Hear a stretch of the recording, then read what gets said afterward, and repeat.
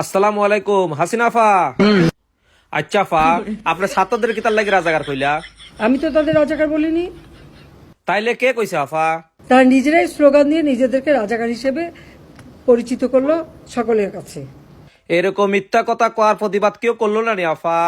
এটারই প্রতিবাদ প্রত্যেক শ্রেণী পেশার মানুষ কিন্তু করেছিল।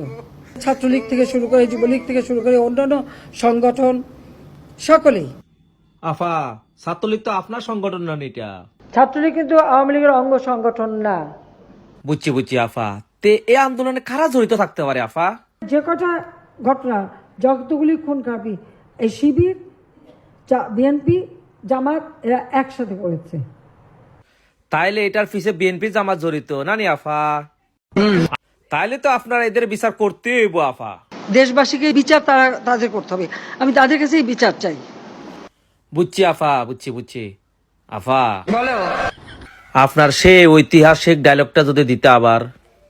মায়ের কোল খালি হোক, এটা আমি চাই না। কারণ আমি তো বাবা মা সব হারিয়েছি। আমি তো জানি হারাবার ব্যথা কত কষ্ট, কিন্তু সেই কষ্ট বুকে নিয়ে তো ফিরে আসছি এদেশের মানুষের জন্য।